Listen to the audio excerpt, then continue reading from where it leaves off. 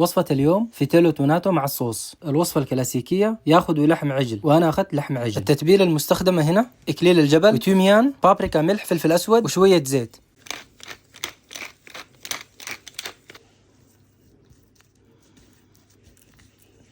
نشوي اللحم من جميع الاتجاهات عشان عصارة اللحم تبقى في الداخل.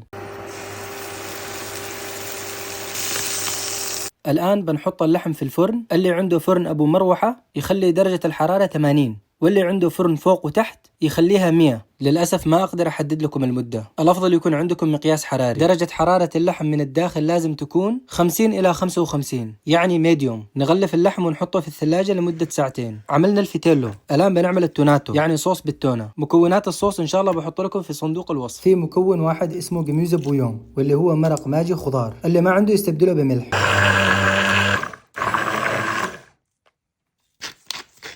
لما تضيفوا الملح لازم تنتبهوا، لأنه المايونيز يكون مالح والسرديلن يكون مالح اللي هو الاشفونجا، الاسم هذا متعب.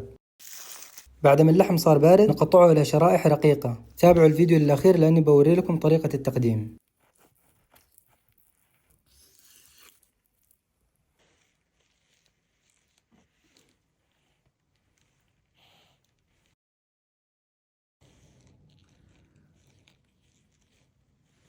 إذا في أي واحد جرب الأكلة هذه قولوا لي إيش رأيكم. هنا استخدمت الزيت الأخضر والوصفة موجودة في القناة. السلام عليكم ورحمة الله وبركاته.